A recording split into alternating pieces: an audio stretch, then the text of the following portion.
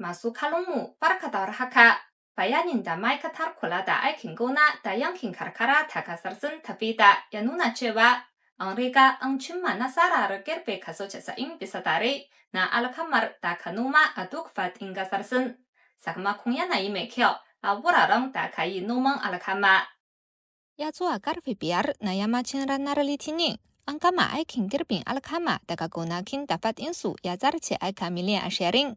Adadin da ya kai kaso 89.48 bisa ɗari na faɗin gonakin da aka shuka alkama. Lamarin da ya nuna cewa ana aiwatar da aikin girbin hatsi na lokacin zafi kamar yadda aka tsara.